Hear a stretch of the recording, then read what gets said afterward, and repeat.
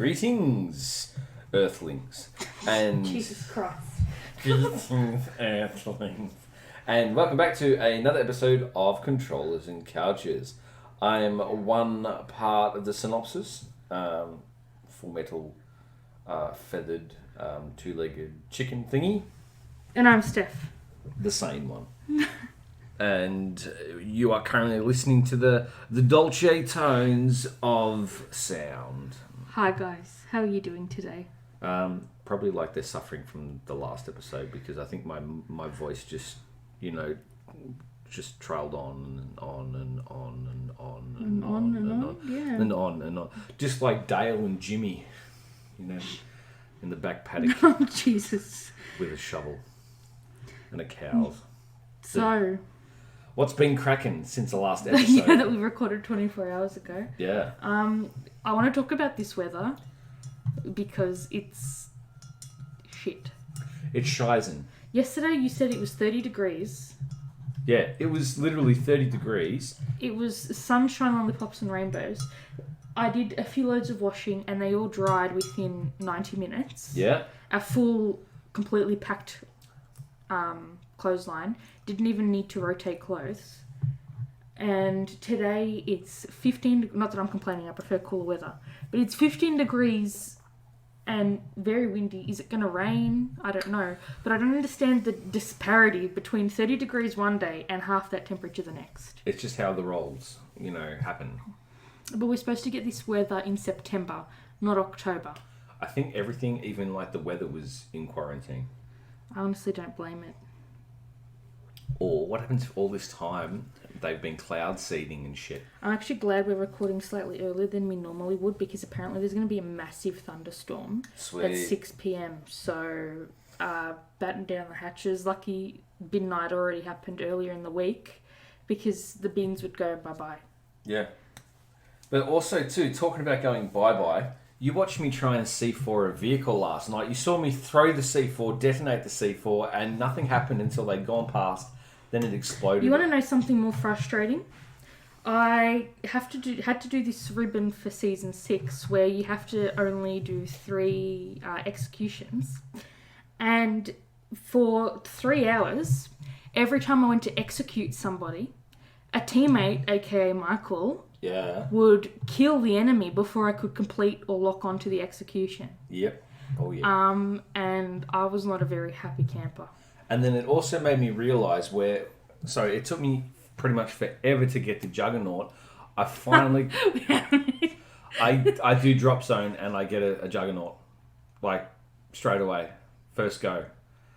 And it's like, are you kidding me?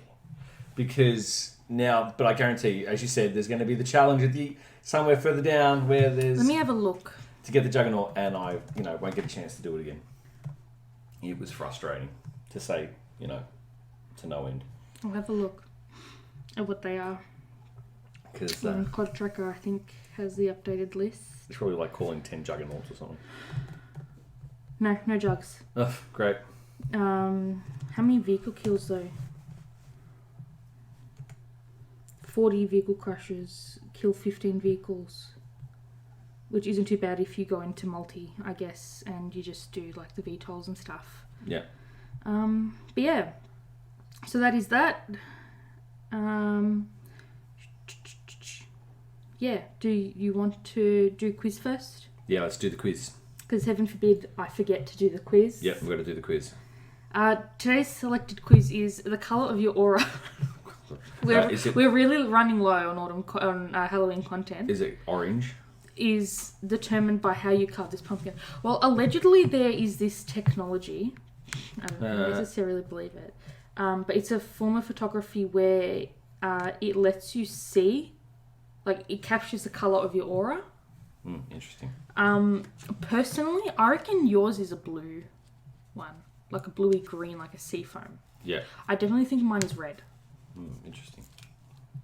I wonder what kind of photography they use. I had to read. I read it. I didn't have to read about it, but I did read. So is it like a specific type of camera too? I'm assuming it would be. Let me tell you. Because as soon as you... according to Wired magazine, It's good art, bad science. Oh, okay. So when they take photos of your aura, it looks it looks like this. So it's like you and a colour around you, right? Like an overexposure. So it looks like overexposure and heat dispersion. Yes, but according to Wired magazine, which is a lot more reputable than Goop, again it's called Paltrow, whatever the fudge your name is. Yeah. Apparently, some Russian person, a scientist, Semyon Kirillin, accidentally discovered it in 1939 by placing a photographic plate connected to a source of voltage, produced an image of that object surrounded by some mysterious energy. So it's similar to putting your hand on a plasma sphere of, the pink lightning like you do at Science Works and stuff, like the kitty static energy shit. Yep. It's called Kirillin photography. So basically, the charge of whatever it is you're putting on the plate is the colour the aura is going to be. Yeah. Is, I guess, the scientific explanation. But they take 10-second double exposure images, and you have to put your hand on one of these plates, and so that's how it's supposed to find yours specifically. So your electrical current, technically your biorhythm, could be captured in that if they connected it to your heart or your brain. Because you don't have that much biorhythm. Like, you could capture your pulse and stuff. Possibly. But... theoretically through your hand. And salinity and stuff, but I don't know how, Interesting concept, though. So the idea of it is cool. I'm not saying that it's a legitimate science. It's a fringe science, an unproven fringe science. But apparently, like, there's a whole thing on what colour means what. Let me find a table. Because red's supposed to... so red is traditionally strength, willpower, new beginnings, leadership, action, passion. You have low energy. Orange is like creative, confident, independent, collaborative. You've got people skills. You love a challenge. You're emotionally aloof. And you're like, those people are typically entrepreneurs or salespeople, so people who work with large teams. If you're tan, you're detail oriented, and also tan is not politically correct. No. It just say like peach, or something. So detail oriented, logical, strategic, and structural things. So kind of like engineers. Yellow is optimistic, enthusiastic, open minded. Hold on, I'll send you this list too. I can link it in our documents as well before I forget. It's there at the top if you want to look at it too. Then yellow is optimistic, so open atmosphere where you're comfortable being yourself. Green is more like growth, determination, goal-orientated person, bit of a perfectionist. They don't have any jobs recommended for green people. Blue is trust, devotion, loyalty, nurturing, so it's very like earthy, supportive. You're very connected to things around you. Purple is visionary, unconventional, playful, non-judgmental. And they recommend you keep a journal if you're purple. Yeah. White is high consciousness. You're more in touch with destiny and cosmic wisdom. So, like, white is what you're supposed to aspire to be. Yeah. And that's what I'm saying, like, allegedly your aura can have several colours, and where the colours are around you represents, like, so the more you have of one colour, the more you are towards that kind of personality. Yep. And that sort of thing, and it also depends on where around you the polarity is. Allegedly. Again, I'm not saying this is legitimate. But let's get back to the quiz. Yep. First, pick your pumpkin. So we've got... a massive, rounded carving pumpkin. Carving pumpkin squash thingy. There's one... teeny bopper one. Small Cute one sitting one on a stem. bench. There's one sitting like in a photo shoot room. Yeah, a much more traditional looking Kent pumpkin, dare I say. Yeah. And another one on a hay bale. It looks a lot more squashy. Yeah, I'm going to go for top left. Same, more traditional looking carving pumpkin. And what kind of face will your pumpkin have? A smiley one, a scary one, a sad one, a funny one? I'm going to go for a scary one. Same, I thought that's the reason why you carve out pumpkins. And so pick your eyes. You've got sort of two... That would be like happy looking eyes. Happy looking eyes. Then you've got one that looks like cat eyes. Yep. It's just staring. Then you've got like two little pizza eyes. Yeah. And then you've got two look like... Triangles. I'm going to go for the cat eyes. I'm going to go for... Yeah. Cat eyes. Now pick your nose. Pick your schnoz. Pick your schnoz. There's looks like a planchette. Yeah, it looks like a pig nose, like that sort of... Oh, the Star Trek emblem. Like curved triangle. Yep. Upright triangle. Downright triangle or no nose. Triangle. I'm going to go no nose because I thought it's not supposed to have a nose. I thought it was like massive eyes. Yeah. Massive smile. Yep, no nose. Pick your mouth. So you've got... Like an upside down mouth. Yep. With like almost like a frown. And then a small one. With 3 teeth. And then a small open one, like a ho ho ho ho ho one. A massive wide grin, big gaping mouth, like a traditional looking one with 3 teeth. Yep.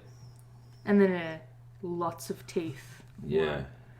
I'm going to go for the lots of teeth. The more sinister looking grin.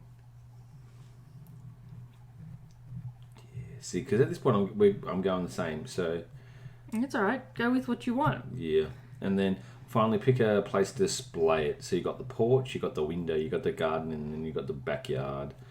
Can you tell me why there's a picture of a kitchen where it says garden? I don't know. So do they mean kitchen? They might mean kitchen. I think they mean kitchen because whatever they've done this one, they've stuffed it up and like put... Wow. Yeah, rustic vegan. Well, they stuffed that garden up. Wow. Okay, so I'm going to go for the porch. Same, damn. So, red aura. Yep. Your red aura means you're a very passionate, loyal and friendly person. You have a wild heart and spread love around like nobody's business. Yay. It is what it is, fam. There you go. Right on. Right on. Something that is not right on, but also with the theme red, the Dexter announcement was made so today. There's a new Dexter series that's coming out. Dexter Morgan is back. And, you know, as I say, everyone's favourite American serial killer is back. So it's going to be interesting to see where they follow it up on. Allegedly, it's going to be a 10-episode limited series. He's going to reprise his role. Production is set to begin in winter of 2020, meaning like December, January, February. And it's going to premiere in fall 2021, which is more like October. Please ignore that. Hope everyone's okay. Yep. So about October next year. I'm guessing they'll probably do some Halloween thing, because isn't that when the next season of Stranger Things is supposed to come out? Uh-huh. So it'll probably go head to head. It'll be an interesting listing. So, are you excited? I never watched the series. I have a friend who said I should. But you watched it all, didn't you? I watched bits and pieces of it. I just kind of got caught up watching other things. But so you know about the ending, obviously. Yeah, I know about the ending. I had it all, spoiled for me, so I know. Generally, that was the big thing. Everyone was talking about it, so I was like... So you excited for this? Like, if they fix it? Do you think they'll fix it, or think they'll botch it? Botch it. Yeah. I'm more interested in the new Stargate. Oh, there's a new series. Stargate. Apparently there's a new Stargate series, so... Yeah, I'm looking forward to that. Because cool. I'm a big Stargate fan. Obviously, the first movie, that was pretty cool, and then it just all stemmed out from there. But, Stargate and Dexter are two completely different things. And also, I suppose, with everything that's going on in Egypt at the moment, with all these, let's just open up all these sarcophagi. Brilliant. There's bound to be something going on. So, what are they calling it? I don't know. All I know is that they're going to be releasing a new series or a new movie or something. With familiar faces if the series moves forward. Yeah. I could be wrong. But I'll definitely know that we'll get more Star Trek before we get Stargate. But, yeah, Richard Dean Anderson looks really old now. Maybe they have captains, admirals like they do in Star Trek. I don't know. Yeah, they do. So, we're not going to spoil this, but we're going to talk about, just briefly, non-spoilery, okay? Haunting of Bly Manor. Well, I liked it, but I didn't like it. There was a haunting, but not much haunting. There was a manor, which was actually a manor. I liked the gardens. The gardens were nice. Not as spooky as I thought the gardens would actually be. They went through different lighting effects, which was good. Let's see. Obviously, with the haunting, you have ghosts. Like, you wouldn't, not go into a haunting series and expecting no ghosts. So the good thing is there are ghosts. If you want something if you think it's going to be as creepy and jump scary and in your face as Series 1 was, you're going to be a bit let down. Yeah. It's a different kind of take. I will say that the second last episode, in my opinion, is the best. Yeah. And that's all I will say about it. If I had to give it a scale out of 10, I would honestly have to say about a 4. I'd give it probably about a 6. Not because we're those kinds of people, we didn't Google, but we literally picked out where it was going. Yeah. Within the first 30 minutes of the episode. Like, oh great, here we go. So it wasn't... You know how we said... Like, I distinctly remember us saying that the Haunting of Hill House dragged. Yeah. This one needed to be 4 or 5 episodes tops. Like, the 9 was unnecessary. And it just dragged on and on and on. Took forever to get through. But I'm glad we got through it. I'm glad it's over. But, yeah. Alright, any other... We haven't watched anything else to review, have we? There's some other horror movies that I think it'd be interesting to check out. However, they've all got really, really bad ratings. What ones? I'll have to... There's The Turning, which was this year. Also Ghost Wars, or Ghosts of War.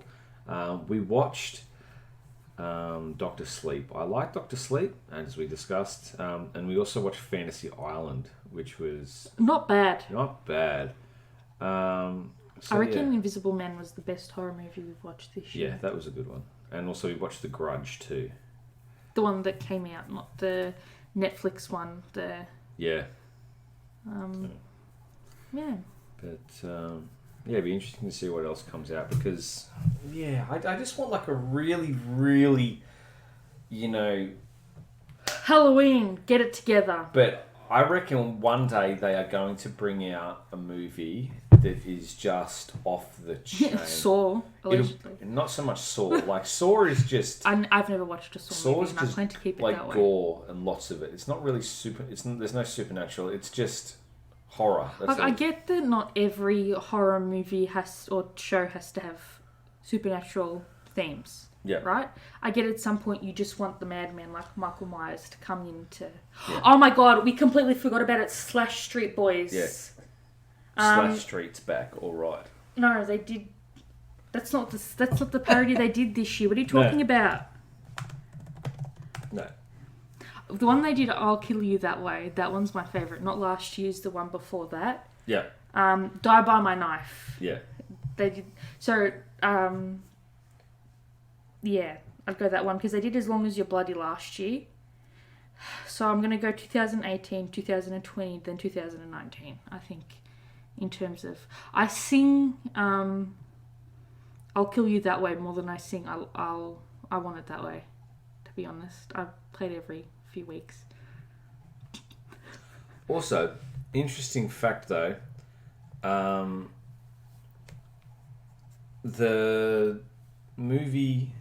The Turning is Okay, here's the thing. I only just realised it now. The haunting of Bly Manor, the turning is actually... They're different takes on the same story, which is The Turn of the Screw by Henry James. Okay. So, it's a different take. When was the book published?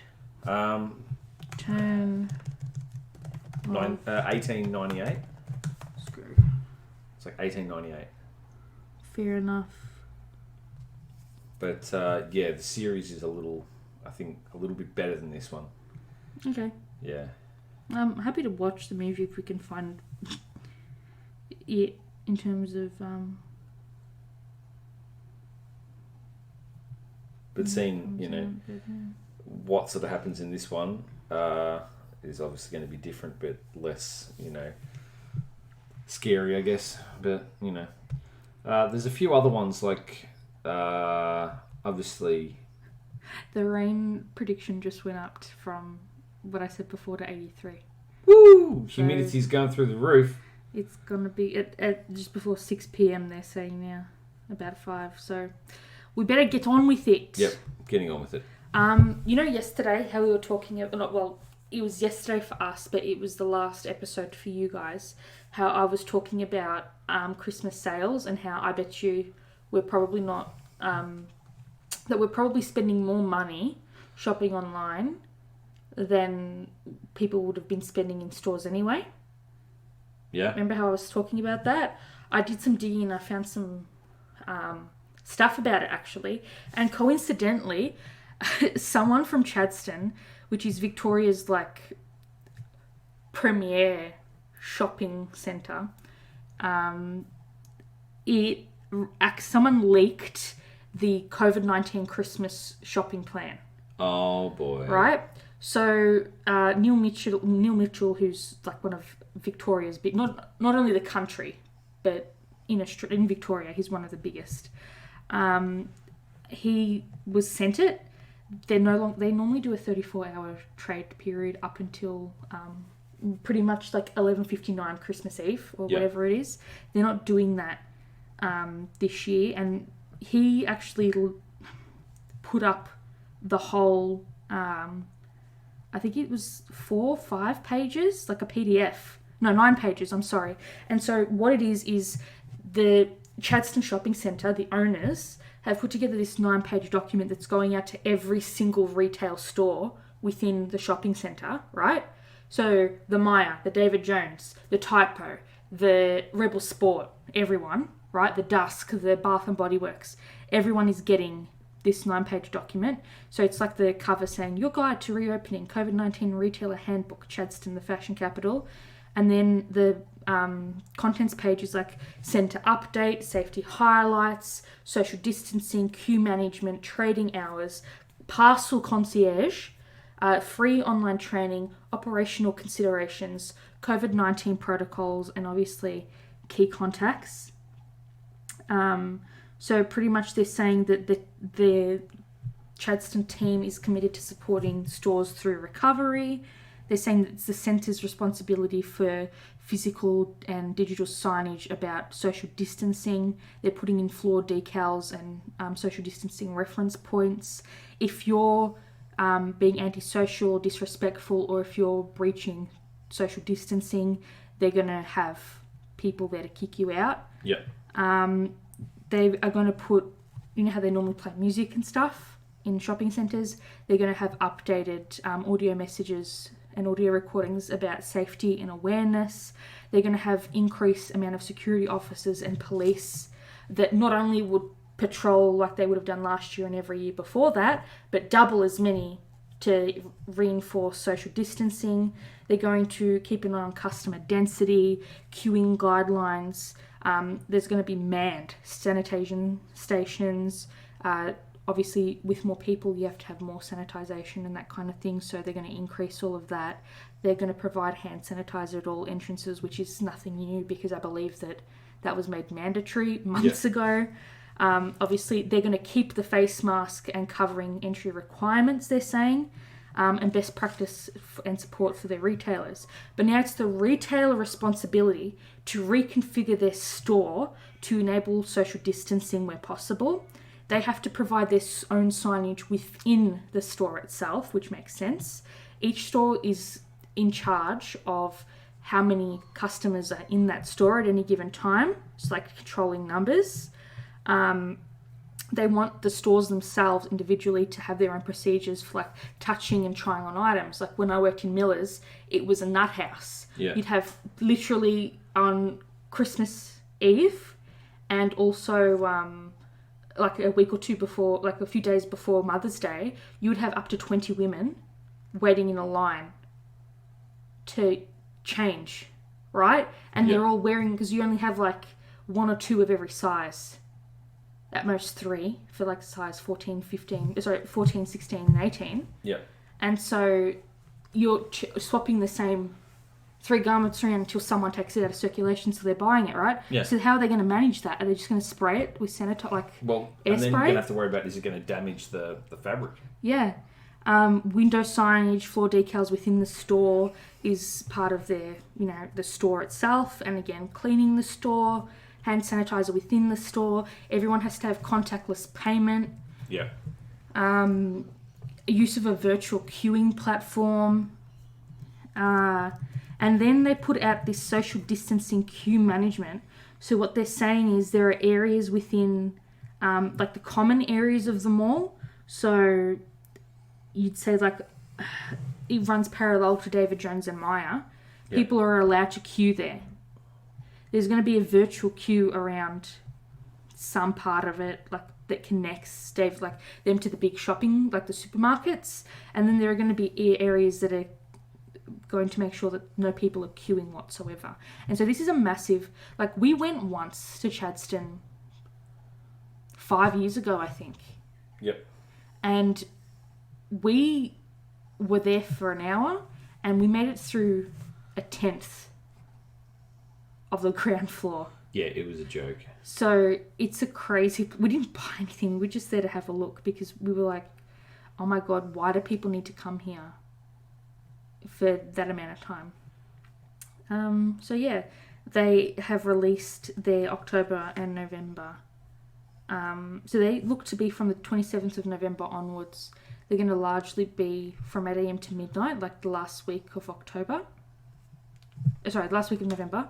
And then they're going to return to like normal trade, except they extend on Sundays. And then every other week they're going to extend it by 2 hours until you get to the 21st of December, where they're going to be running from 8 a.m. to midnight. And then the 22nd is 8 a.m. to midnight. 23rd is 8 a.m. to 1 a.m. on the 24th. And then they're closing up on 6 p.m. on the 24th of December. Christmas Day close. Boxing Day is going to be 6 a.m. to 11 p.m. I don't even know why I'm covering this as if we're going to be interested in going, because we're not, but I'm just saying, like, people are going to go regardless. Yeah, they don't care. They'll just keep doing it. They're just going to keep, they want to go out. People are at the point now where they just want to go out. They hate social distancing. They hate being contained. They think they're trapped. Also, when you've spent 65% of the year in quarantine, people are getting very, very narky. Now, obviously, you got extroverts, you got introverts, you got people who want to go out and do everything, and there's people who are just happy and, I'm happy to follow by the rules. Yeah. But, can I just say, as someone who hasn't gone out, I would like just to be able to get in the car, go for a drive, right? I won't even leave the car. I'll stay in the car the whole time just to go for a drive and come home, and that's it. Yep. But that's it. That's all I do. But anyway, but the reason why I brought it up is because if that's what Chadstone's doing, you don't think that every other shopping centre around is going to do it? I think they might, just dependent. But, if worst case scenario, the shit hits the fan, everything will just get shut down again. Do you reckon they will? Yeah. It'll be a third wave. Anyway, so the reason why I was bringing this up is because originally what I was looking for was, you know how we were talking about, I think people are going to spent more money online than they would have in stores this whole quarantine, right? Yeah. So, dude, I was shocked. You were shooketh. Yeah. Apparently,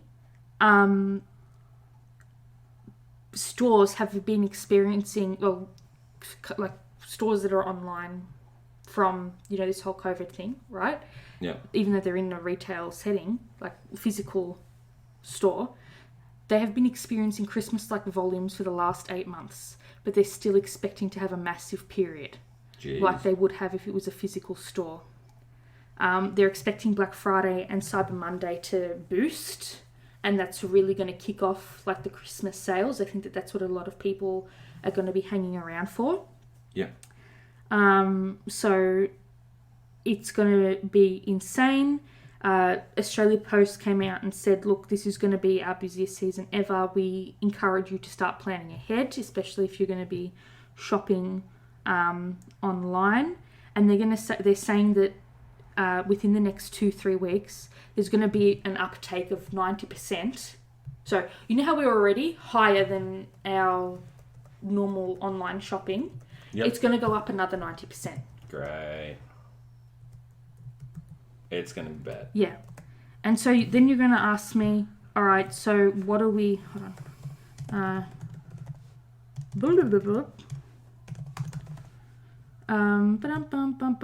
So apparently, e-commerce thus far in the last few months, in New South Wales, it went up 51%.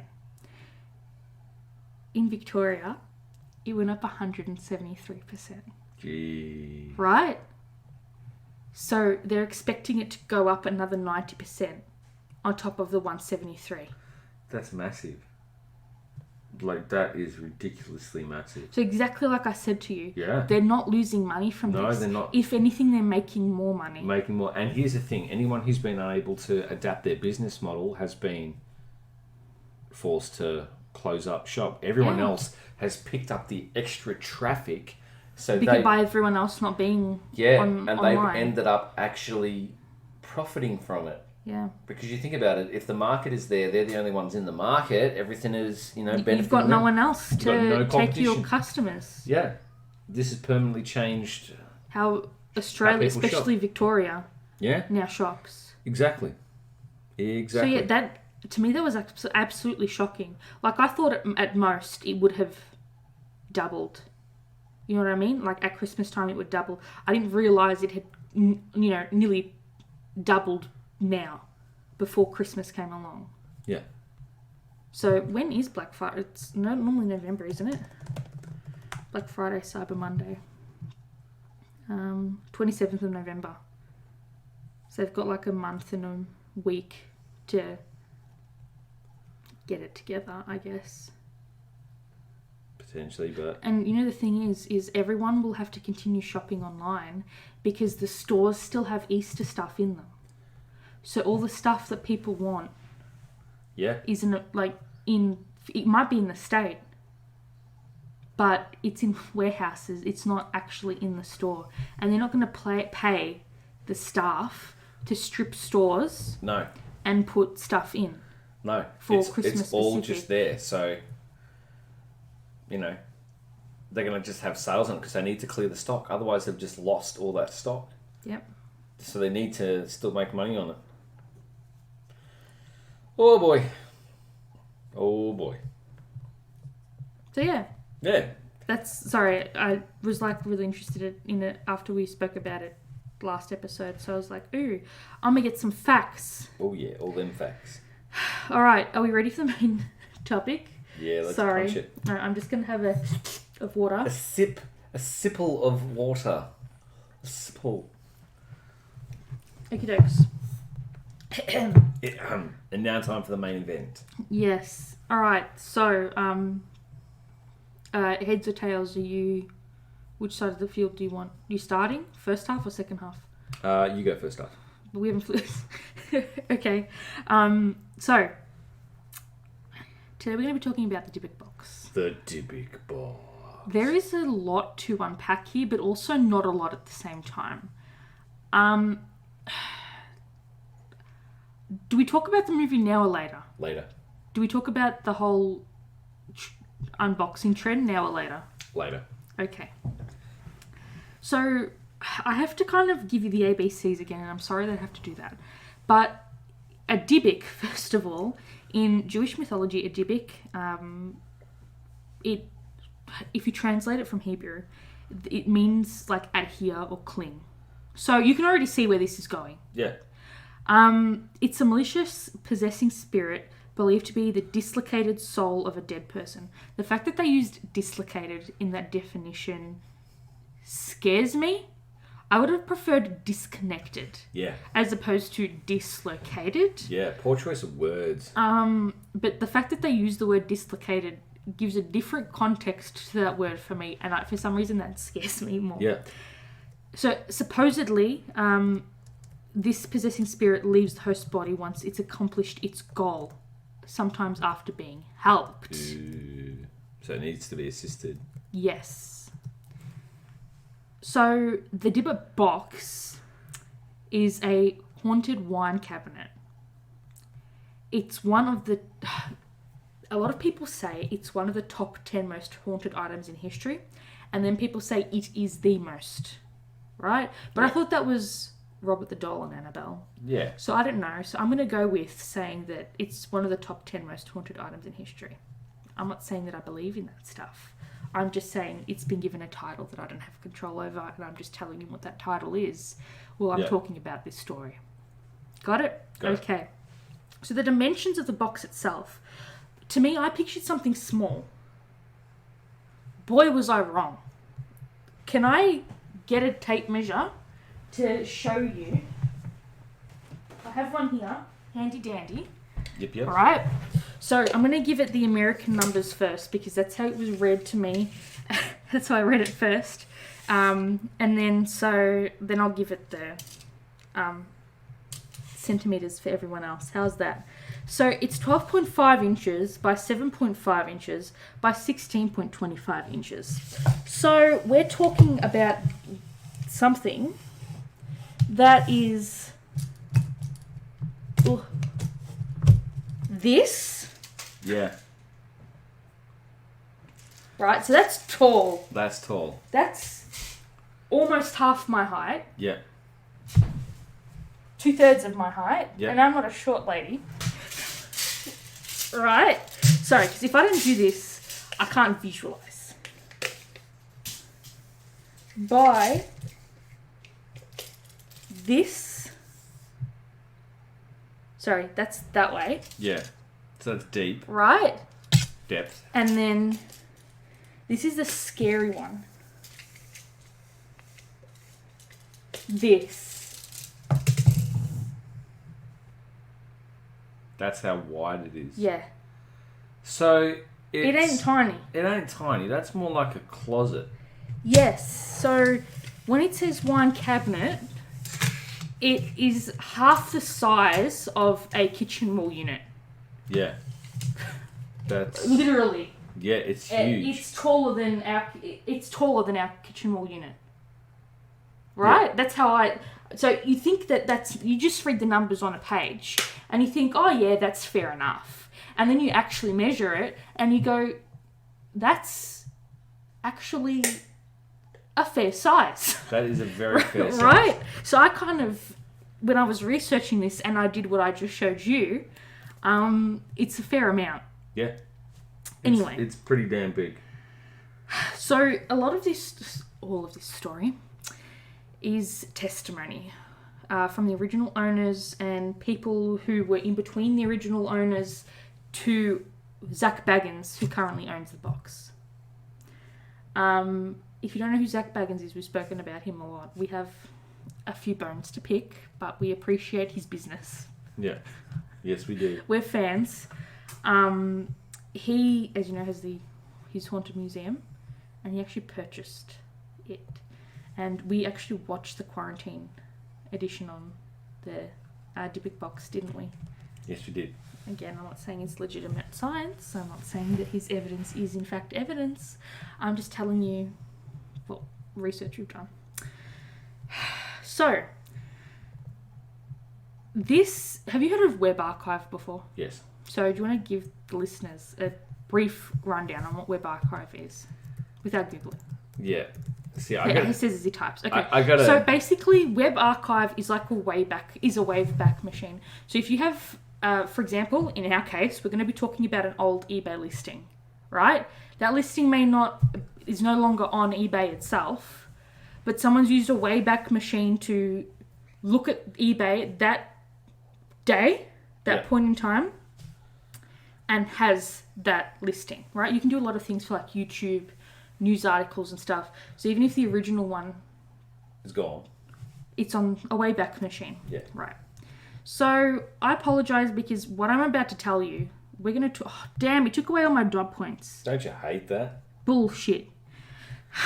Sigh. Because I type notes in a different page and document and then I carry it over. Because after... And then I don't know what happened. But anyway, it doesn't matter. All the notes are there. It's just not in dot points. So anyway, 3/4 of what I'm about to tell you came from the one source, being the original eBay listing. Yep. Okay? So that's what we're going to go through first.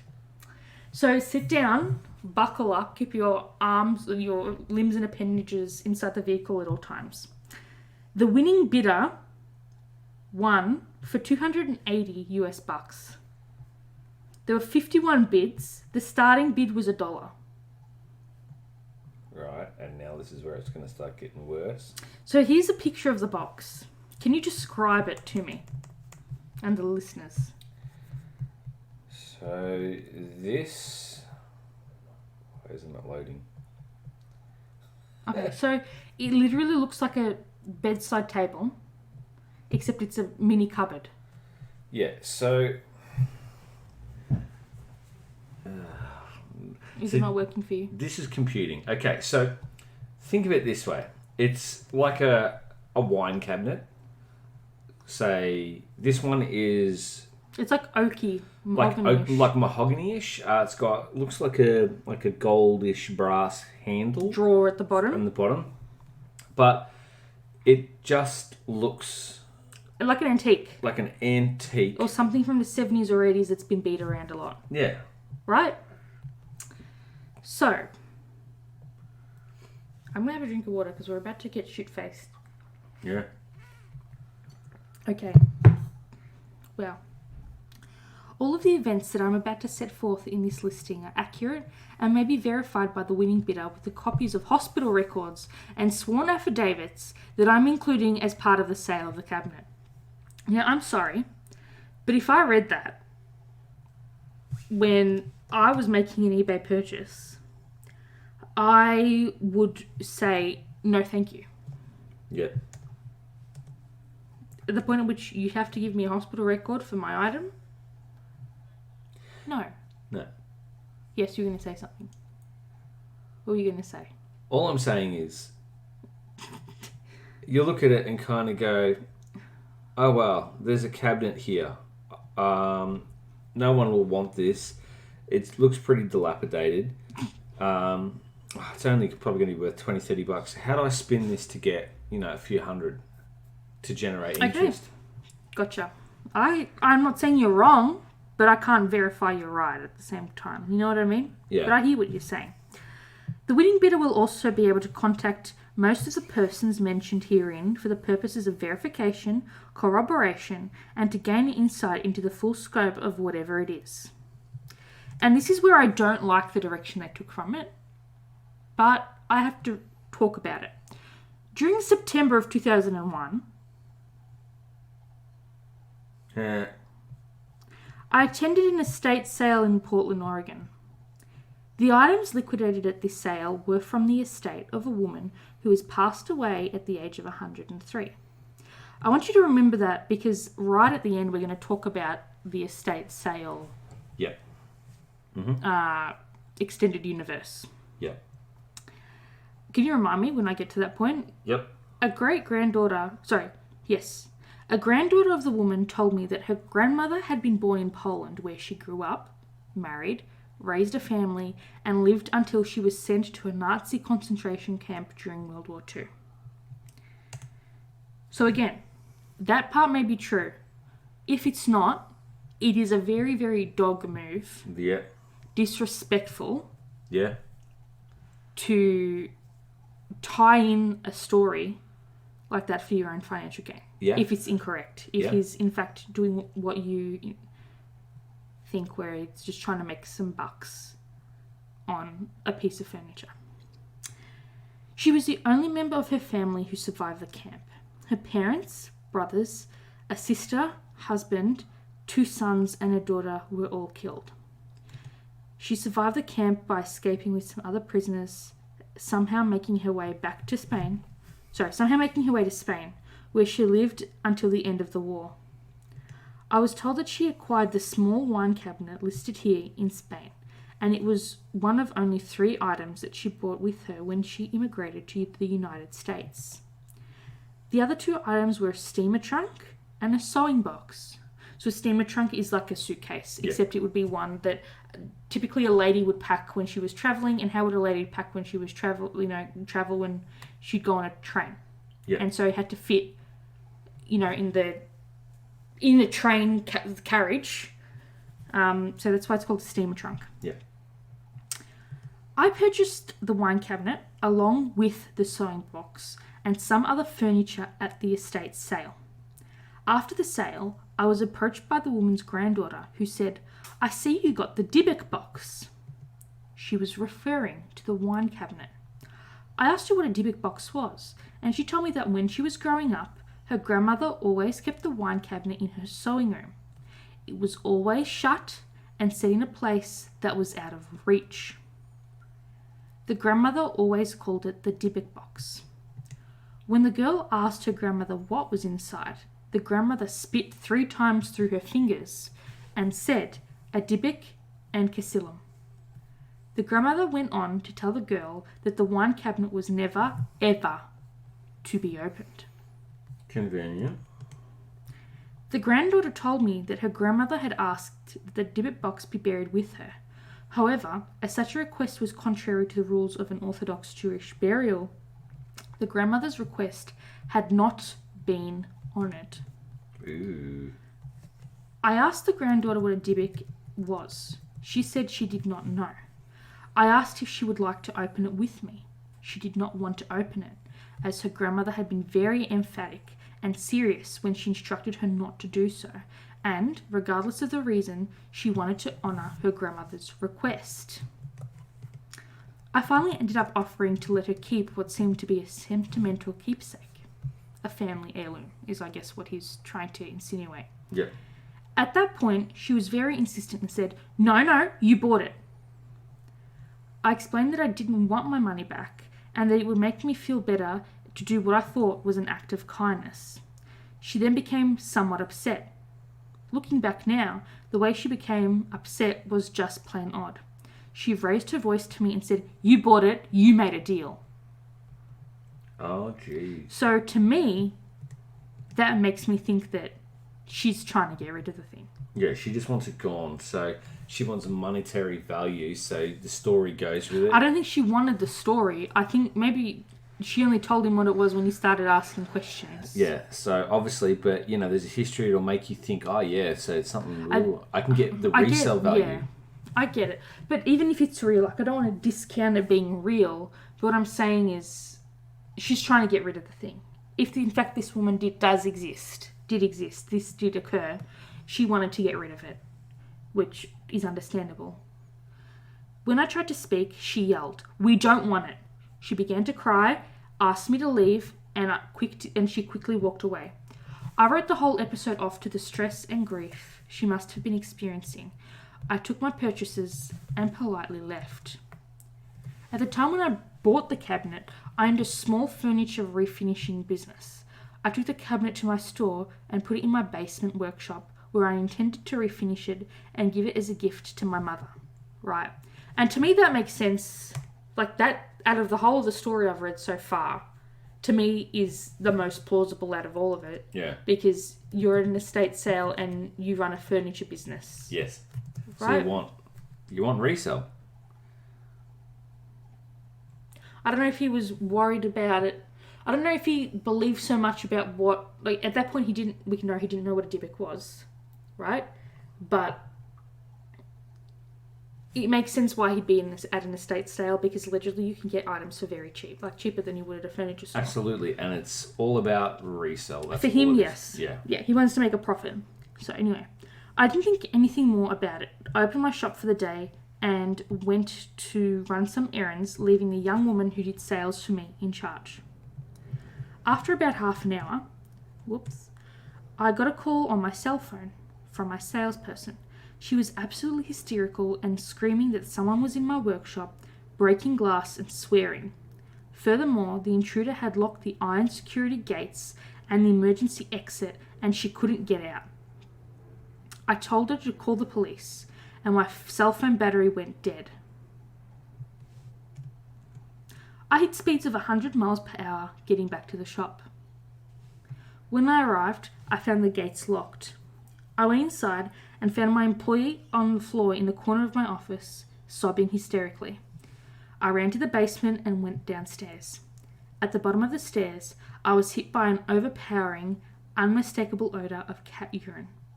And then it has here in parentheses, there had never been any animals kept or found in my shop. The lights didn't work. As I investigated, I found that the reason the lights didn't work also explained the sounds of glass breaking. All the light bulbs in the basement were broken. All 9 incandescent bulbs had been broken in their sockets, and 10-foot-4 fluorescent tubes were lying shattered on the floor. I did not find an intruder. I should also add that there was only one entrance to the basement. It would have been impossible for anyone to leave without meeting me head-on. I went back up to speak with my salesperson, but she had left. Which to me, you'd be like, if the police are coming, don't you have to give a statement? Yeah. She never returned to work after being with me for 2 years. She refuses to discuss the incident to this day. I never thought of relating the events to that day to anything having to do with the cabinet. Then, things got worse.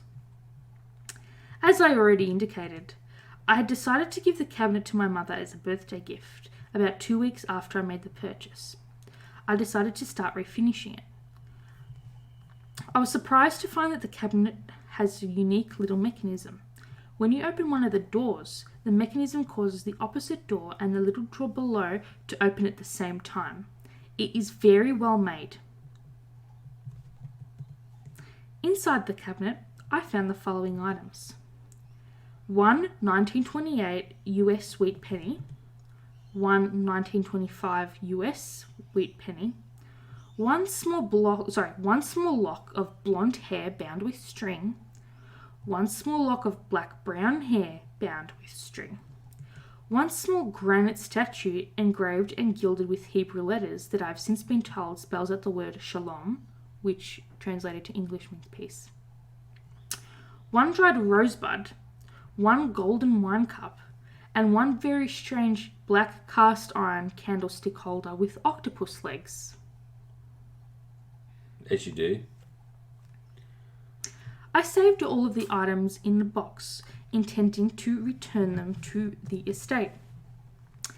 The family has refused the items, so they will be included in the sale of this cabinet. After opening the cabinet, I decided not to refinish it. I cleaned it and rubbed in some lemon oil. It was at this time that I noticed there was an inscription in Hebrew carved into the back of the cabinet.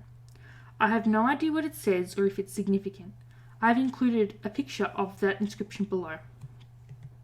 On my mother's birthday, the 28th of October 2001, my mother called to tell me that she was going out of town with my sister for 3 days, and we postponed celebrating her birthday together until she returned.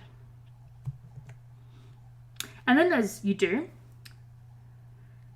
she returned 2 days later, on Halloween! Oh, yeah. On the 31st of October 2001. My mother came to my shop. Can you see where this is going? Yeah, I know where this is going. Okay, so I just needed to have a drink of water. We were going to have lunch together, but before we were going to leave, I gave her the wine cabinet. She seemed to like it. While she examined it, I went to make a phone call.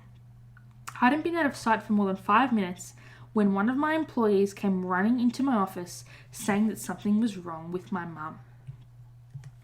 When I went back to see what the matter was, I found my mum sitting in a chair beside the cabinet.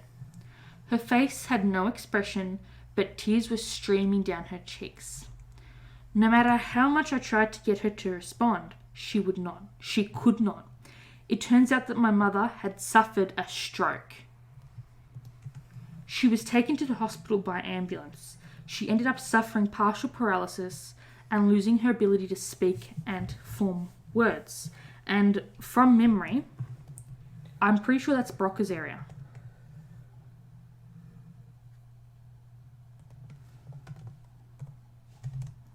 I can't believe the scientist has to look this up. Yeah.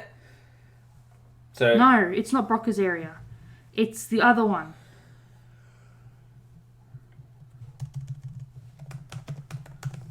either way, it No, could have. I know what it is. I know what it is. Wernicke's area. It's always that one. I've always forgotten it, even in the freaking sacks.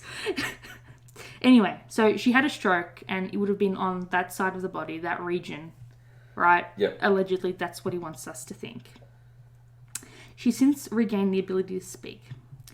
She could understand things being said to her and could respond by pointing to letters of the alphabet to spell out words she wanted to say.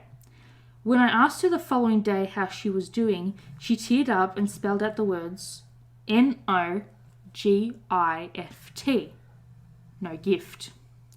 I assured her that I'd given her a gift for her birthday, thinking that she didn't remember, but she became even more upset and spelled out the words H-A-T-E-G-I-F-T.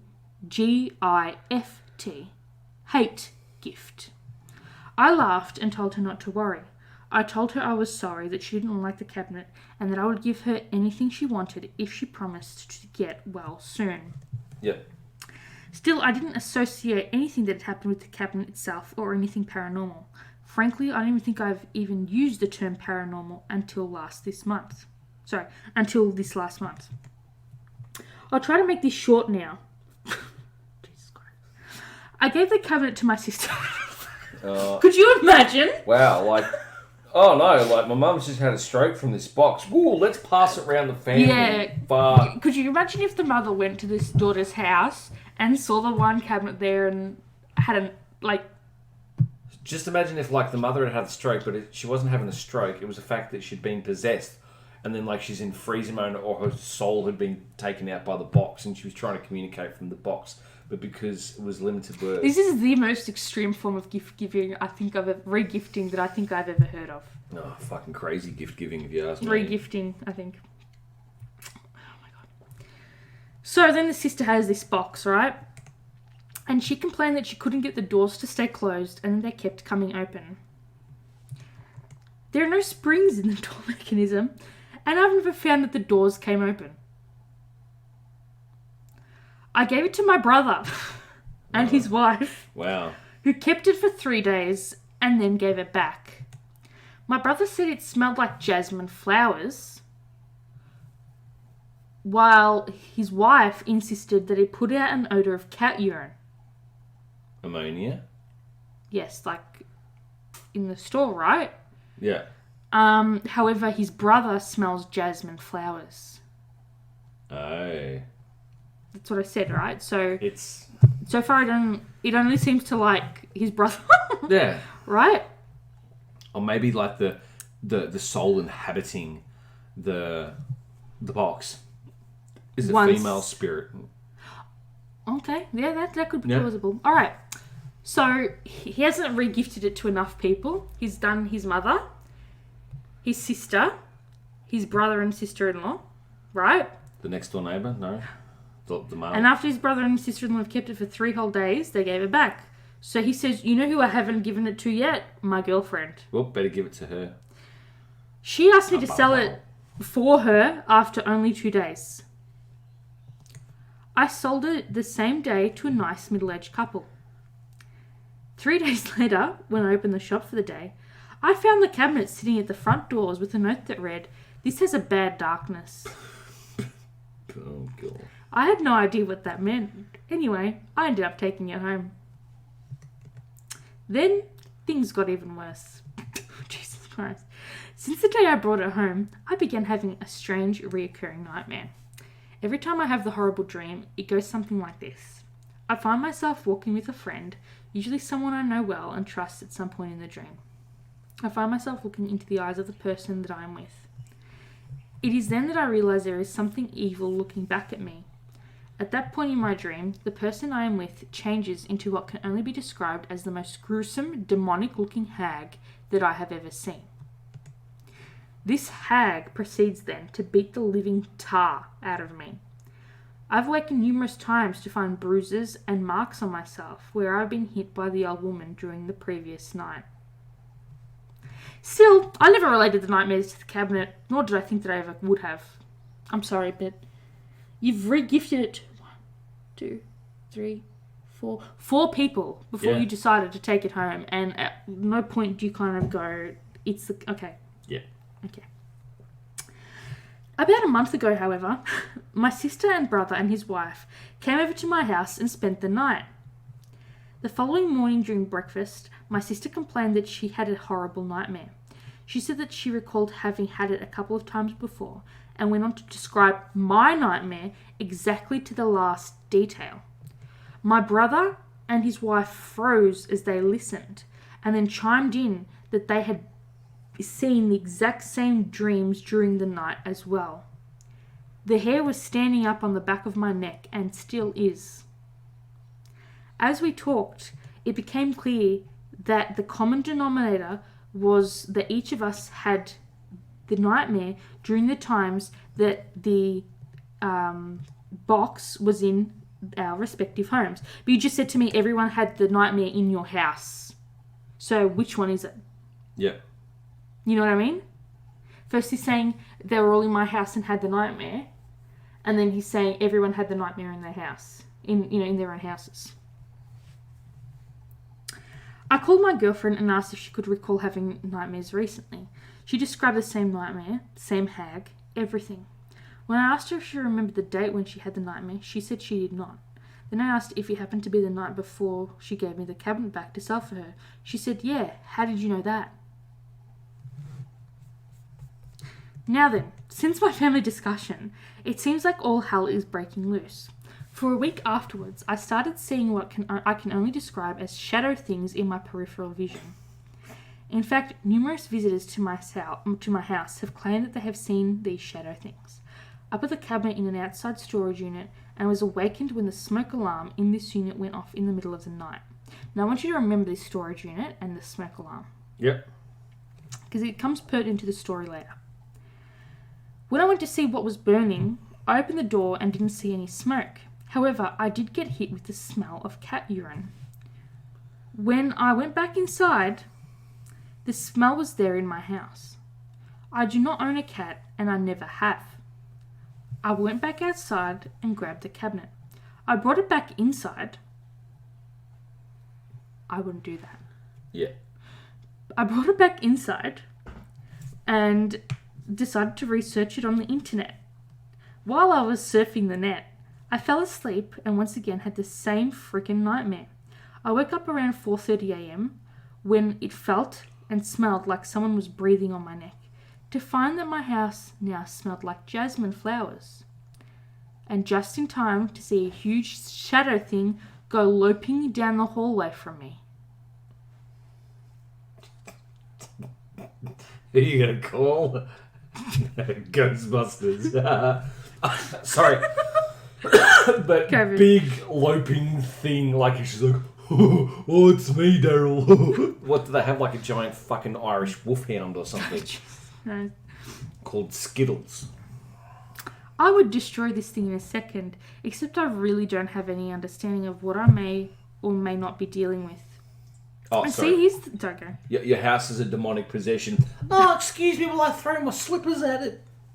No, but seriously, I don't think you'd be able to burn it because what would the Winchester brothers do? Blow the house up. But I feel like they would have to do some sort of ritual first. Dunk it in a bag of salt. Pour some holy water on it. Say something with a over fire it, extinguisher. and then burn it, right? But see, the thing is, I feel like if the entity was outside of the box when you burnt the box, all hell breaks loose. Well, think about it. That's my biggest There's the fear. vessel. You've destroyed the vessel. The vessel has now been bye-bye. Wouldn't you want to destroy in the vessel? Well, you want to destroy... Or you want to do the... Well, here's the thing. Did you want to destroy the cage? Did you want the cage to stay So you intact? basically want to do what the Warrens did. Yeah. Who were they? The Warrens... Elaine and... Yeah. Where you just pull a Zak Bagans remake and you just store it in your house. Yep. And then you raise your daughter in the house. Yep. Now, here's the thing, too. Like, that scenario. Similar to... Think of it like a sunken ship from, like, World War I or World War II. Imagine the amount of munitions, spiritually speaking, are in that damn house. That's another topic for another Halloween year. But this, like, oh, I've got this magical box. Oh, there's some stuff in here. Oh, you don't know the full story. Someone's talking shit. And now what it's turned into, let's see how cool the Chinese whispers can go to make this story as awesome, as fantastic as possible to get its bidding. So now what's happening is, I want to get rid of it. I want to get rid of it. I want to get rid of it. I want to get rid of it. It's like, exchanging a paperclip for a house. All right. Ready? Yep. I'm afraid, and I do mean afraid, that if I destroy the cabinet, whatever it is that seems to have come with the cabinet may just stay here with me. I've been told that there are people who shop on eBay that understand these kinds of things. Oh my fucking God. Yeah, because there's just a party on the astrophysical page. Look, I don't recommend you check them out. But what I'm saying to you is, if you do, I would recommend you do it in a private browser window. Yeah. That's all I'm going to say to you. And make sure you sign out of your eBay account when you do it. Yep. And there is some really... We're going to get into it later on. But there is some really dark stuff on the metaphysical pages of eBay. If you're one of these people, please buy this cabinet and do whatever you do with a thing like this. Help me. You can see that I have no reserve price or minimum bid. If I can make things any easier, let me know and I'll do everything within my abilities. One more note. On the same day my mum had her stroke, the lease to my store was summarily terminated without cause. Okay. So is he trying to say that his income is then going to be affected? Yeah. And then he goes on about the measurements, saying that they're 12.5 inches by 7.5 inches by 16.25 inches. And then in full capital letters says, all of the items that are originally found inside the cabinet are included in the sale and will be delivered with the cabinet. And then there's like a sectioned... It's split up with a couple of dashes. And it looks like a separate listing within the same listing. Yeah. Right? All it is, it's the same thing, but it's just been edited. Yeah. So what they're doing is they're copy paste. It's just copy pasta with some alterations to make it.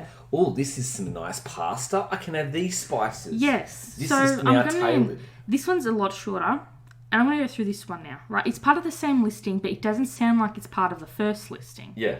Is what I'm saying. I bought the box from the first seller above in the eBay auction around the June of 2003. So what I'm saying to you is they have the original listing. Yeah. They've copied-pasted the original listing. And now they've just... And then they've put in the second description. Yeah, now it's just ad-libbed. So anyway, I bought the box from the first seller above in the eBay auction around June of 2003 out of curiosity about the, in quotation marks, haunted box. Yeah. After receiving a deluge of email about the box, I set up a website to answer some questions which I stopped updating in September and haven't updated to this day because I didn't want to talk about it to anyone. For the sake of information, I found that a Dyybuk in Jewish folklore, mythology, teaching, whatever, how disrespectful, is a misplaced spirit that can neither rise to heaven nor descend into hell, essentially stuck in limbo or purgatory. Here's another definition I found. 1. Jewish folklore. A demon that enters the body of a living person and controls the body's behaviour. Synonyms. Dyybuk. 2. Evil spirits that cause mental illness, rage, and changes of personality. Do you know what we call that? Call of Duty? I was going to go with something more medical, but sure. The spirit or soul of a dead person that inhabits the body of a living one with sometimes evil, sometimes positive results. Positive for who? But okay. So we're talking about an all-around possession here, alright? If you believe in paranormal phenomena, the box contains or is possessed by at least one Dyybuk, possibly two. As a grandmother stated, a Dyybuk and a Keslim. Keslim is a term similar to a Turkish word that means priest. Yeah. This would probably correspond to the pair of wrapped strands of blonde and brown black hair. Okay. So they're saying that the demon has one set of hair and the priest's is the other. And all I'm saying to you is, I find it quite difficult to imagine why a priest would be locked in a box. And secondly, that those two powers didn't negate each other. Yeah. If bound in the same. But again, what do I know? I just watched a few episodes of Supernatural. I am a metaphysical, whatever the hell the term would be, specialist. Yeah. The Hebrew carving on the back, to my knowledge, is a relatively common Jewish prayer. Hear, O Israel, the Lord is our God. The God is one. Blessed is the name of his honoured kingdom forever. Said frequently at times of fear, death, etc. I was doubtful of the haunted box, and I still don't believe in the paranormal. What happened in August and September is likely coincidental, so related as originally wrote down in the log. How convenient you kept a log, hey?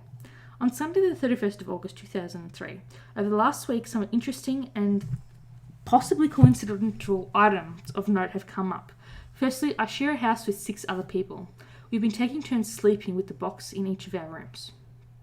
2 people are now complaining of burning eyes. One is listless and depleted of energy, and another became spontaneously sick. In retrospect, I would say it's allergies. A few days after these ongoing annoyances started, the air outside our house was filled with small bugs for several hours on a Friday. Weird summer stuff? ? Last night, Saturday, we discovered that the box, now located in the back corner of the house, had come mostly open, though it had been shut. So again, it's opening itself, just like it did for the sister. And it seems unlikely that anyone could or would have touched it. Wednesday the 10th of September 2003. Though it seems impossible to prove that the box is a direct cause of misfortune, we have definitely seen a tidal wave of bad luck. Strange odours now permeate the house. The dumpster out back overflows with trash and decay. One roommate suddenly got bronchitis, and I broke a finger. Okay, so let me put it this way for you. So the dumpster is overflowing. So it isn't being collected. So let me guess, because their window sits above the bin, there's also a case of they're lazy as fuck and they don't get out of the house to actually do anything. So therefore, they're getting sick. Now, because obviously bronchitis stems from, some kind of respiratory illness, the guy's probably an asthmatic. So then you have the case of, okay, so now because we haven't, thrown any trash out or had it, taken away, essentially he's broken his finger because he's had to lift his fat ass, Far out, and wow. then otherwise he's gone out to try and move some space in the bin to put more trash in, and something fell and landed on his finger and broken his finger. The flies are there because you've got decomposing organic matter. It's not a fucking Dyybuk. What it is just poor fucking sanitation. Waste management. Yeah, so, jeez. Okay, well, I hope you're ready, because this is about to continue. Several mice have died in the engine of one car, and more electronic devices seem to be dying every day. This sounds like a really, really, really bad Tide Pod challenge. This box I feel really sad about dying, and that's an Xbox. Yeah. Toaster, TV, and watches. So what they've had is a power surge.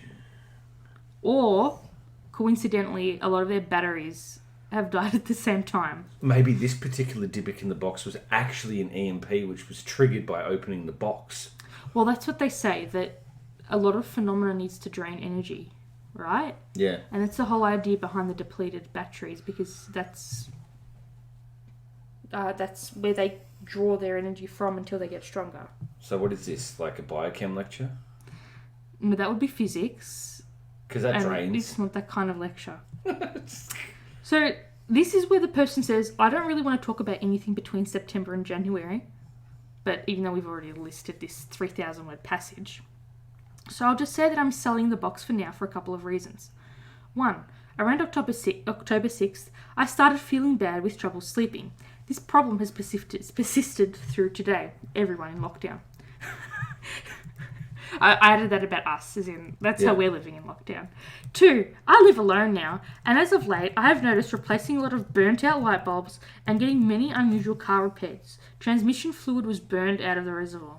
3, I've started seeing things, sort of like large vertical dark blurs in my peripheral vision. 4, I smelled something like juniper bushes or stingy ammonia in my garage often, and I have no idea what it's from. Most disturbingly, last Tuesday, 27th of the 1st, 2004, my hair began falling out. Today, Friday, it's about half gone. I'm in my early 20s, and I just got a clean blood test back from the doctors. Maybe it's stress-related. I don't know. Personally, I think it's male pattern baldness. Okay. What do I know? Here's also one other thing that I want to question. Half this shit, I know for a fact that, you know, if I walk into a building and I start smelling burning toast, one of two things is happening. One, You're having a stroke. Am I having a stroke? Also, which is a myth. 2, is a colleague, like, you know, inducing a large amount of carbon into the kitchen. 3, am I suffering something like a temporal lobe seizure? Do I have the onset of Alzheimer's or fucking dementia? But, you know, all I know is, you know, good old phantosmia, whatever this fuck it is, you know, if you start smelling random shit where you shouldn't, you should probably go get that shit checked out, because generally what it means, 1, mold, aspergillus, always fun. People want to talk about the Black Plague, that shit's nasty. But if you start smelling random shit like ammonia, I'm going to walk into what should be smelling like flowers. Wow, it smells like sulfur dioxide. You need to have the gas man come and check some shit. Maybe get that shit checked. Like, just saying. Just. And if you need a tip, not that I haven't done it because I don't own a house to need to get tested, but allegedly what you should do is say you smell gas. And then they send someone straight away. Yeah. Hi, I smell gas. Question, did you fart? No. Have you been cooking beans? No. Do you have eggs that have been in your fridge for more than 7 months? That's not what they ask you. No. But you get what I mean. Do you have small children? Does someone need a diaper change? Do you have a small dog which could be like a small camel? You know, stuff like this. Like, I know. I hear you, fam. I think, like, I've seen so many of these documentaries now. There's a little fleck of dust. We're haunted. Fucking hell. I've really stuffed with your psyche by making you watch this paranormal bullshit. It's funny though, because you know the first thing that's going to happen when we see a ghost. Can I please? This is what I'm going to do. G'day. Can I please see your license and registration? You know, it's a case of. Can I just say that there are a lot more dead people than there are living. When you really think about it. And all I'm saying... Planet Earth is a rotating compost bin. I think you mean cemetery, but sure. I don't want to be rude about people's beliefs and stuff, but all I'm going to say is, if there was something on the other side that was trying to contact us, whether it be from... Can you not do that right now? From behind... No, because you'll shake the microphone and it'll be terrible. Extra sound effects for the listeners. Get a soundboard. I will get a soundboard. Alright, Google soundboards. Okay, I'm going to Google a soundboard. All I'm saying is, we would... Supernatural. There'd be a lot more there'd be a lot more crossover try effects, is my thought. But it is what it is. Anyway, let's get back to this eBay listing. Anyhow, for personal reasons, I very strongly do not want this box anymore. I hope there's someone on eBay that will take this thing off my hands. I would just throw it away in the woods or something, but I know there has been some interest in it in the past. Again, they provide the original picture of the box, and these dickheads took a photo of the items in the box. Now, all I'm saying to you is, if this shit was truly haunted, if paranormal photography was real, we would see something. You would. In this picture. Oh, gosh. Yeah, these people fail. They fail big time. Okay. So, you know this person living with 6 people And a cat that they're not aware of? that they don't have? Well, judging by the ammonia, there probably is a cat there. They just don't know of it. Probably eating from the bin outside. Exactly. It's overflowing. That's what's disturbing And everything. that's why there's mice Or everywhere. perhaps there's a family of raccoons. Maybe it's like the prequel to Guardians of the Galaxy. Who knows? Dude, I don't know. I am Groot. Yes, you are. You're the Grootest Groot I know. Groot, yes. Okay, so this person turns out... To be a charlatan. Okay, so years pass. Eons pass. Not eons. This guy is suddenly named as Isif Nietsky. So what you're telling me is, in the year of our Lord 2030, all the Dyybuk posts are gonna fucking combine and form Voltron. Christ. Vatican monster. Ooh. Anyway, so this guy, he was a student at Truman State University in Missouri, right? He jumped on he wanted this box. This person, whose eBay listing I just read to you, right? Yeah. And then after 8 months, he had it for 8 months, and then that's when he put the listing up.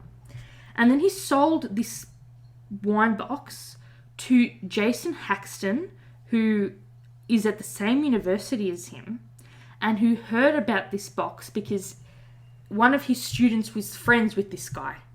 Yeah. Right? And was this guy's roommate. And so they did a deal, and this guy thought, oh, look, maybe it's a historical puzzle. And Nietsky was like, oh, I don't want to destroy it because what if it came from somewhere? What if it was made for a reason? What is it and why is it? So he started to get all philosophical and shit, but not philosophical and shit enough to keep it. He wanted to sell it. So Jason Haxton buys this box off him. This is the person who lives with 6 people, right? Who turned out to be a student. And it turns out that this guy's a curator of the University of Museum of Osteopathic Medicine. He also, as a side hustle, liked to collect religious paraphernalia. And then, he's also the author of the book called The Dyybuk Box that he wrote about with his experiences. Wow. And he has a website dedicated to the Dyybuk Box. Wow. Also, too, since this whole craze kicked in, by now this Dyybuk Box should be worth at least a few thousand. At least, going 10 to 20,000. Must be. The resale value of this is amazing. The storytelling is quite substantial. It keeps getting embellished. Root cause. I want you to remember your monetary drive for later. Monetary drive, but also root cause. Yes. You can tell that it's being a little bit and ooh, but say for instance, if this was legit and the craziness was real, like real on point, this wouldn't be in an eBay listing. I'm pretty sure. What's the equivalent of the Jewish church? That's a good question. I am so fucking ignorant, but I'm technically Greek Orthodox, and I would like to think, not that I subscribe to the whole complete ideology, but I would like to think if the church found out that there was some weird Greek thing out there that had the potential to possess people, that the church would send someone or a team of people to acquire it. Like, I don't know, the Vatican? Well, essentially, the chief rabbinate of Israel would have to send a team. Yeah. Alright, we're going to get into that later. But all I'm saying to you is, you'd think that if it existed... Yeah, so... I feel like it would cause some rumblings in the spiritual world, right? That the rabbi would hear about. No? Or is that just me talking shit from movies I've seen? I don't know. But I'm just saying to you, I would like to think that if a Greek priest heard that there was an item, artifact, whatever out there that had the potential to possess people, again, not that I'm saying I believe in the complete ideology, that he or would organise someone to collect that shit. Well, the way I see it, the chief rabbinate in Israel and, Jerusalem would essentially be going, okay, well, I'm not familiar with their hierarchy, but I do know that they have two chief rabbis. Either one of them or both of them would be organising, an investigation if it was, in fact, legitimate. All I'm saying is look at the Catholic Church when they're doing freaking side hustles. They're hiring the Warrens, whatever the hell their names are. Because it's like as much as like if you'd have some kind of demonic possession But you're not going to just let shit slide. No. Hell no. No. That's what I'm saying to you, right? Or perhaps it's better for this to just, stumble along on its own because... Well, guess what? Haxton suddenly gets a call from Zak Bagans, who's hosting an episode of Deadly Possessions. And you know what? Zak Bagans, like Bilbo Baggins, let's go for a wander through the Shire. Oh. Alright, so Zak Bagans ends up at the Shire in Missouri. The Missouri Shire. And he says that he was nauseous when he first touched the box. Wow. He felt sick to his stomach and an ectoplasmic crud came out of him. Fucking ectoplasm. What is this? Dan Aykroyd like having a coffee? It gets better. And he experienced pain like he had been stabbed in the gut with a knife, like someone ripped it through him. Ripped his head off. Ripped? They're gonna rip your head off. Wait till your father come home. He's gonna rip your head off You know what? I have to find that. Maybe Zak Bagans didn't have, his medication, the 42, the 43. 43 now, yeah. Oh, yeah? Oh, yeah. Fucking hell. It's like, the brain has gone, yep, all this has happened. I know that this is, a dodgy Dyybuk Box. Very, very dodgy Dyybuk Box. I want to see this like on an episode of Ghostbusters. So, the ammonia... You ready? Yep, here we go. I love it. It's 40 seconds long, but it's worth it. It's worth it. And it's called Sounds You Hear a Typical Ethnic Grandmother Make. Yep. Oh my god, no way. Oh, Brockback, it's finish. The last time I had a good sleep. I was maybe 5 years old. Oh, I haven't stopped. 7 days a week, 50 IDs. Oh. Ew, I think Father, come on. He's gonna rip your head off the body. Rip! I think I got the lung clap. No, I can't go, I can't walk. I have the broken foot. I can't go. You got The it? devil's sleep. I think for 42, I reckon 43 now. Yeah. My husband, he It's was my first and last boyfriend. Not like the others bloody sluts. So here's the thing, say for instance, if this was like a really, really elderly ghost. Elderly ghost. Elderly ghost haunting this, Dyybuk Box, and that was the sound that came out of it. I shit myself too. That sound, you'd be like... Fair enough. Imagine that, just open the box. I'd be like... Oh my god. Okay, yep, putting it back, we'll just leave that. Anyway. So, Haxton says, oh, I coughed up blood. I choked when I first touched the box too. Oh, I also experienced other health problems since being in possession of the box, like constant coughing, fatigue, and a metallic taste in my mouth, and persistent nasal problems. And he said that after touching the box for the first time, he woke up and his eyes were bleeding, and he broke out in hives, and he had head-to-toe welts on the same day as touching the box for the first time. He also claimed he experienced paranormal activity in the presence of the box, and that the box almost turned into a liquid state when touched, and he's seen strange lights and shadows, and frequently experienced phantom scents of cat urine and jasmine. And then you know what?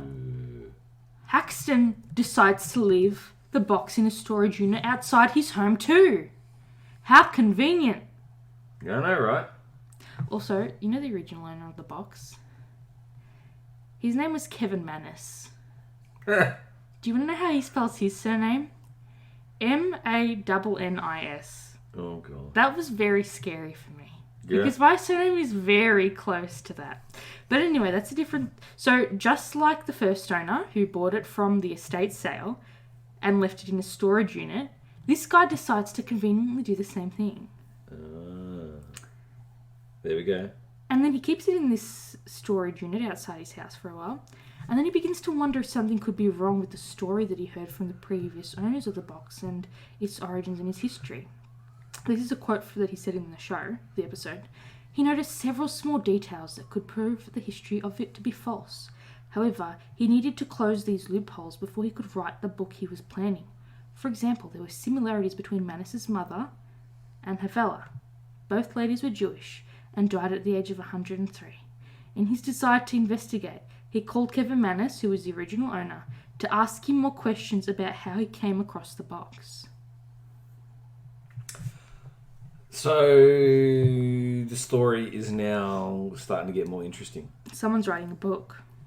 Obviously, you got to make it. There's at least got to be something like fantastical about it. Now, let me guess. It's actually... stems from like a plague or a war or some kind of, sort of subjugation of a population where people have survived, blah, blah, blah, Michael, it's about to get a lot more fucked up than that. Joyce. Okay. What you just said, escalate it. Literally, you hold on to your seat, buddy. We're getting there. Sweet, I get to hold on to my seat. So then the original owner, he's the son of the mother who had a stroke. Right? His name's Kevin Mannis, like I said. And he decides he wants to go to Haxton's house and they're going to research this together to see if they can get answers. And so they magically are able to contact the granddaughter of the original owner of the box who got it in Spain, right? And brought it to America. Her name is Havela. The granddaughter's name is Havela. And then they say that the woman who brought it over from Spain, her name is Sophie. Yeah. Right? So Havela's grandmother is Sophie. Yeah. So, Sophie... Sorry, that can't be right now because they've twisted the names. Hold on. Let me read that again. I think they fucked it up in their own story, right? I'm pretty certain the woman who brought it over from Spain is Havela, right? The grandmother, I'm pretty certain her name's Havela. So that's what I'm saying to you. This shit don't make no fucking sense. This shit don't make no fucking sense. I think the grandmother's Havela and the granddaughter's Sophie. That's how we're going to go with. We're going to roll with this until we're proven otherwise, all right? So anyway, so Sophie, the granddaughter, says that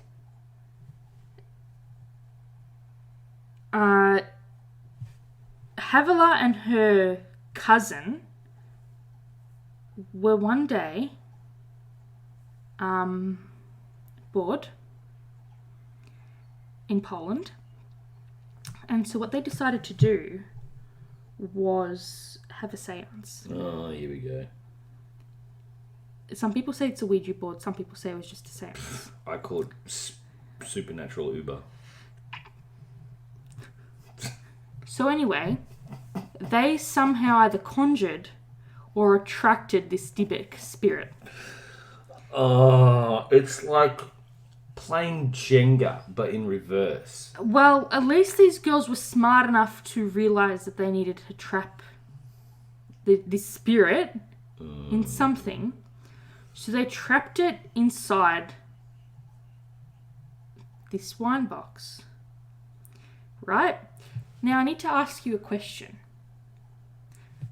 remember how she escaped from the concentration camp, made her way to Spain.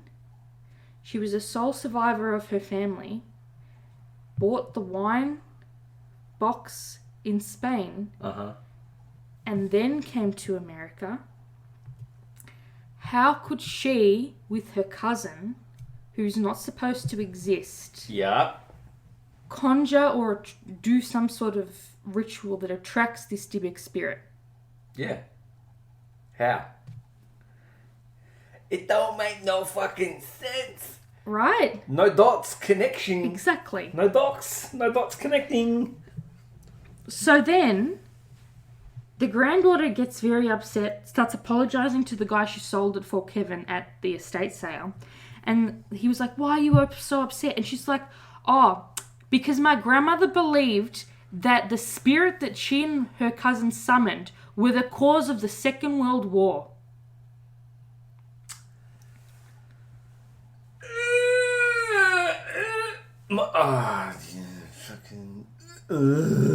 And then I did some research. And you know how... Unlike them. And you know how they were like, oh, it always happened starting in September? You know what also started in September? World War II. There you go. So did they deliberately choose that timeline? I think so. Or is that just a coincidence within the story, whether it be fabricated or true? I don't know. But here's the thing, though. World War II wasn't supernatural. It was man-made. Of course. But these poor girls, according to the legend of the story, believe that they conjured the Dyybuk and that's the reason why World War II occurred. Kicked off. Right. So then Haxton, not Kevin, who bought it at the estate sale, not the kid who bought it off the guy who bought it at the estate sale, but the next person down the line who bought it from the kid, you know, the one who's the curator. Yeah. He's like, let's do some more research. And he found that Harry Hamilton Laughlin who was known for the role in this massive eugenics movement, which helped inspire Hitler, and this is me just reading, and others to attempt to eliminate any races or people that he considered to be inferior. And then, intrigued by the paranormal phenomena apparently caused and surrounding the box, Haxton decided to have it looked at by a specialist in Jewish artifacts named Rebecca Edry. And Rebecca was determined that this box was a sacred relic meant for imprisoning a spirit. Right. And then she said in the show, Haxton has taken a rather intelligent and academic approach to understanding the box. He has enlisted the help of scientists, paranormalists, Kabbalists, and Wiccans to put the box into a more manageable state so he can help keep it. He believes the force containing the cabinet is neutral, but plays off who comes into contact with it. Its ultimate goal is to understand and reveal truth, and what it was seeking was the right owner to help it. Now, my problem with that statement is, what the hell is a Wiccan gonna do to a Jewish spirit? Exactly. It's a completely different branch off the religious tree. Yeah, completely different. It's like them putting the crosses on the ones we're going to talk about later. Yeah. On the eBay front. And then Haxton was like, I consulted several rabbis and mystics. We performed lots of rituals on the box to seal the Dyybuk inside again. But if you've already opened it hundreds of times, if the cabinet's been opening itself at the sister's house, you've been at the kid's house with his 6 roommates, she's gone. It may not even be attached to the box anymore. No, it's already been released. It's gone. Right. Now it's just superstition. It doesn't make sense. It would have possessed someone. Yeah. You're not going to freaking leave your vessel, go into and your then come body, back. Do what you came out to do, and then be like, I'm going to go back in my box now. No. Your entity has either searched its, completed your goal. It doesn't want to be in a box. It doesn't make... anyway, again, I don't know this shit. My mum's going to be listening to this and think that I do some really weird pagan bullshit. She's going to be like, oh my God. What, you just Googled some stuff on the internet? Anyway, oh, Jesus Christ. So this medium, a psychic medium, right, said that she sensed death and fear surrounding the box. And that when she touched the box... I think that was fear of sounding like a complete moron. She felt a stabbing pain in her left ribs and her head. She believes that those were sensations that had something to do with the original owner of the box. And then Haxton somehow eventually constructs an ark of Acacia wood lined with 24-karat gold to replicate the Ark of the Covenant, which was put in place to secure the Dybbuk inside to keep it subdued, and then stashed it in his den for a time. And then he placed it in a military-grade shock-proof container and buried it in a secret location, which he at the time refused to reveal to anyone. For the right price, though. I ain't going to nor confirm nor deny, but I'm about to tell you in 5 minutes. So he, for a time, refused to discuss the box with anyone. He evaded all questions. He pretty much stopped updating his website. He refused, he didn't respond to anyone's emails. And then he did this show after Zak Bagans contacted him. And then in the show, he was adamant that he buried it in the military box for 5 years.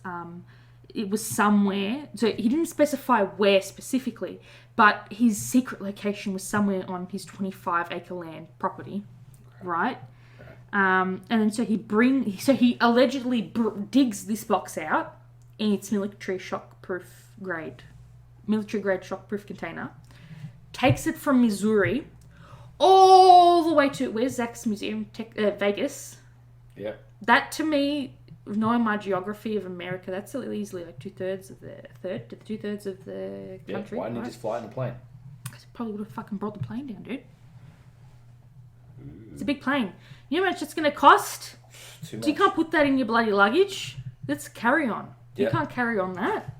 Jesus Christ. What are you thinking? You know how much money you have to pay if you go on overseas and you're on a plane, anyway, and your luggage is over 20 kilos? I think he was worried about having a wardrobe malfunction.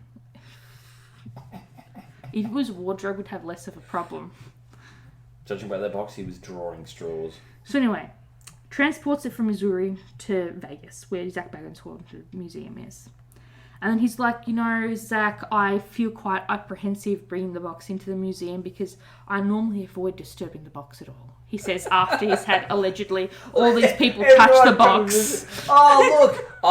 I've set Paranormalists. I've set mediums. this table of Smarties exactly as how I want them. Everyone comes in and eats and messes around. Shit, I better just move whatever's left into this and transport here. Oh, no. Oh, nothing was disturbed. Blag. So Bagans is like, do you think that there's an evil... So Zak's like, do you think that there's an evil spirit in the box? And Haxton's like, evil can happen anywhere. It just depends on how it's used. And then Zak's like, well, why do you think the box isn't all bad? And then he's like, if you buried it in a military cabinet, in a box, in a field, you must think it's bad. And he's like, not all wishes come true the way you want them to come true. And I'm like, what does that even mean? For Christmas, I want a bike. But instead, I got a loaf of bread. Coincidentally, the day that the episode aired was allegedly the day of the lady who had the stroke in her son's... it was her birthday, the anniversary of her having a stroke. Right? But earlier, remember how she wasn't going to be in town? Her birthday was on the 28th and he gave it to her on the 31st? Yeah. So what's the situation? There's a change. Someone's forgetting their facts. So then Zak says, well, what do you think, do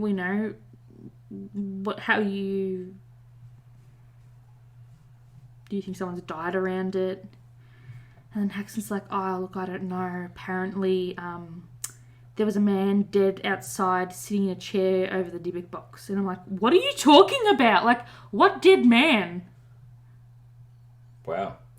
Do we call that body of evidence? No, but I'm just saying to you, if you're telling me that you've stored it in the ground And people in your house and then people are dying and no around one knew Why would where you move it? It doesn't make sense. It doesn't. It's like, ooh. I don't know what to tell you, dude. I don't know what to tell you.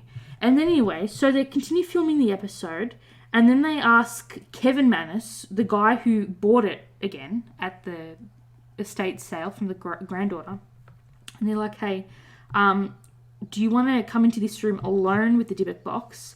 We'll set up a camera and we'll just see what phenomena occurs and we'll just record it for the show. And this guy's like, look, I haven't seen it for 10 to 12 years.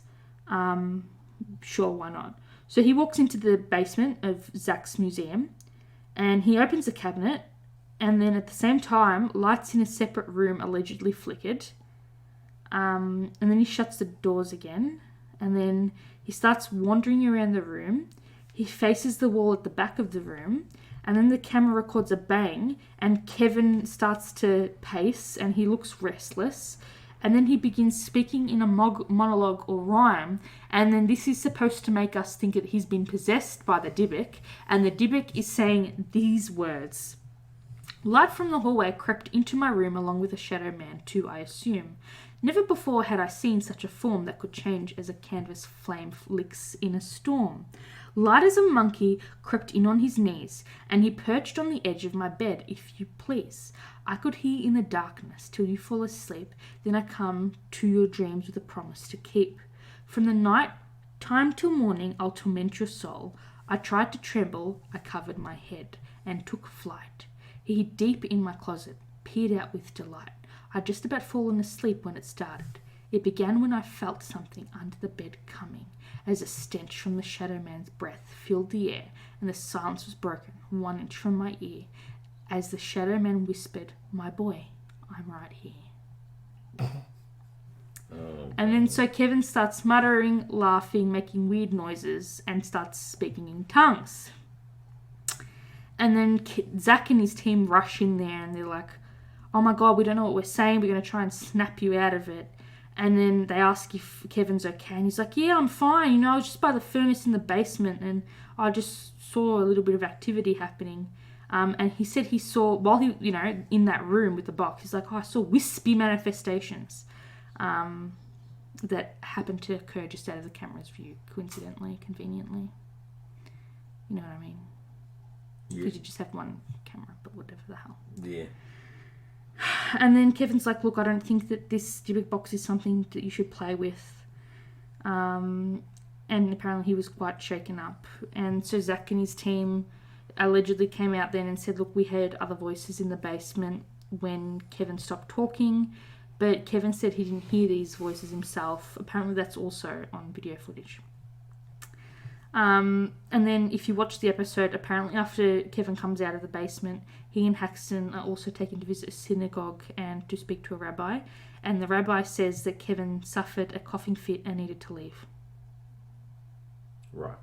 Yeah. Almost insinuating as if he'd been possessed and cough, cough, right? And so Haxton's like, I believe that the spirit possessing the box is on a mission to show them the truth that the spirit has about the Holocaust. So we jump forward, and Zak Bagans, he really wanted this box.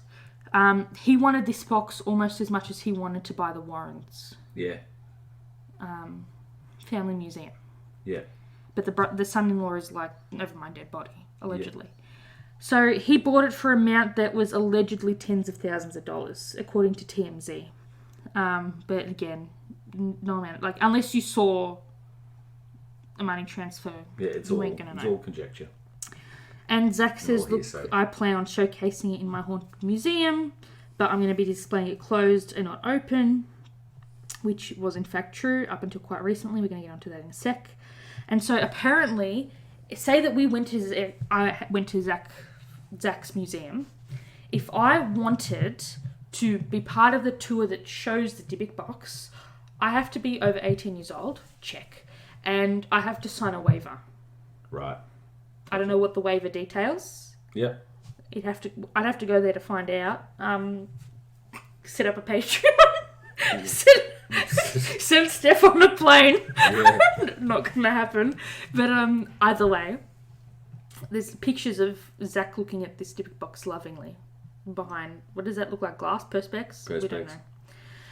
So there was a thing that Post Malone is good friends with Zak Bagans. Yeah. And so he took Posty through his museum and... He took Posty through the mosty. And he has security cameras in, obviously, all the rooms of his museum. And they gave TMZ footage, as you do, of... Have you seen it? Yeah. So basically what happens is they're in the room. Zak's taken the casing off it. Zak is there, it's just him and Post in the room. The door's 3/4 closed. Zak touches it. Post's like, dude, what are you doing? There's no audio. It's just the video footage in the dark, right? So it's black and white. Post's like, dude, are you okay? You can tell he's... I don't know what he's saying, but you can tell he's asking him, is everything okay? He swings open the door. It opens inward. And then he touches Zak to kind of shake him out of it. Yeah. Right? Zak lifts his arm and then in a trance pulls away from Post, steps back, walks to the back wall, and Post is like, I ain't having any of this. And he's making his way to the door and he's like, Zak's Post's freaked out. And then he's like, you can tell he's trying to get through to Zak. So he walks back. He's holding, what is that? I don't know. Is that a beer? Looks like a beer, yeah. And so they walk around it. So you can tell that Zak is back. And then Post is really trying to get through to Zak. And then, so they're talking. And then something else happens. And then they both run out of the room. And Post is pushing Zak out of the room. So they allegedly saw something in the room with them. Yeah. Right? Okay. Then, this whole thing came out that Post Malone had been cursed by the Dyybuk Box. No, here we go. Because his private plane nearly crashed. A house that he had recently sold and moved out of was raided by armed men. And he was a car accident where he was T-boned and he almost, he could have died. And it all happened within a few weeks after this Dyybuk Box experience. And so, apparently, just because he didn't touch the box himself, the spirit could have channeled through Zak Bagans from the wine cabinet, the Dyybuk Box, through Zak, and because he was touching the box when Post Malone touched him to shake him out of it, to ask him if he was okay. Yeah. Right? So, apparently, according to Zak Bagans, who's allegedly an expert in this field, says that that's enough of a channel to affect Post Malone. And then he said that Post Malone was walking out of the haunted museum and he saw shadow figures walking after them. So now we get to the theories. And we're almost done, I promise. If you can't tell that we're already skeptics, the story has no verification. These are all alleged owners. Some people, such as a student, haven't really been tracked down and their story is verified. The original, the person who bought it at the estate sale again, Kevin, he said that he reportedly received from the relatives of, the previous owner's statement was never verified. So the granddaughter, no one's spoken to the granddaughter. Kevin Manus, at the time, was an aspiring writer. Yep. He wrote a book about his experience with the Dyybuk Box. And that's what was based around the source material for the film that we watched, that we love. Does that not wreck the movie for you? See, You know The Possession? yeah. See, it's funny because The Possession, like when you really look It at was The Ring. it was like The Ring, but No, it was The Ring. The item was The Ring. yeah, but it was like a comedy. Oh my god. I don't know if you guys can hear that, but there's wind outside and it's turned like Yeah, end of the world yellow. yeah. It could be the Dybbuk. Someone's Dude, opened can the you Dybbuk. don't fucking do that. It's for Don't the, fuck with shit like that. it's for the listeners. The listeners need this. Michael, They want seriously, this. it's dark. I can hardly see you except for the light shining on your face. Dude, I don't. I'm a lemon. You will be a lemon when I'm done with you. Anyway, so he wrote this story. He's obviously profited off it. There's also the common argument against the existence of cursed objects, you know, about curses and hauntings and the exaggeration of unfortunate stories and unlucky events and cause and effect, you know what I mean? Just because there's cause, it doesn't mean there's correlation. Doesn't mean that something's cursed, haunted, or a demon. Apparently Chris French, who's part of the anomalistic psychology research unit at Goldsmith College, said that they were already primed to be looking out for bad stuff. If you believe you have been cursed, then inevitably you explain the bad stuff that happens in terms of what you perceive to be the cause. Put like this, I would be happy to own this object. So I'm sorry, but if someone from a research unit in the field of anomalies is insinuating something's a bit exaggerated, I'm going to take that specialist's view. If he's saying it ain't nothing, I'm going to say it ain't nothing. But again. So yes, Jason Haxton says, look, I don't know if the box is neutral or good or evil. I just believe it was designed and equipped to move a person toward their innermost desire or wish. And then whatever the wish is for that person, it could be good or bad. If there is a mysterious force with the box possessed, you know, vesseling, it's not clear what it wants, and so on and so forth. And Jason Haxton says that, you know, it's just about the person. He makes it sound like it's about like positive and negative energy. So if you're a negative person, the box is gonna, or the entity within the box will make you do negative things. Or if you're a positive person, the box will bring you positive stuff. Yeah. And so on and so forth. So yeah, ultimately the cabinet itself exists, whether it's a Dyybuk box or otherwise. All I'm going to say is, if it was a legitimate item, you can't tell me that a chief rabbi would not grab that thing. Yeah. So, I don't know if you guys know about this, but there's a lot of dark web unboxings, so people buying allegedly boxes from the dark web and unboxing them, right? That was a trend for a while, even though they're not really from the dark web. That was all a sham. True. But then came to be Dyybuk Box unboxings. So these are, I'm going to say fake, but you can watch the YouTube. There are literally hundreds. Yeah, no. It's the same people. I'm not going to give them any attention on their names and stuff.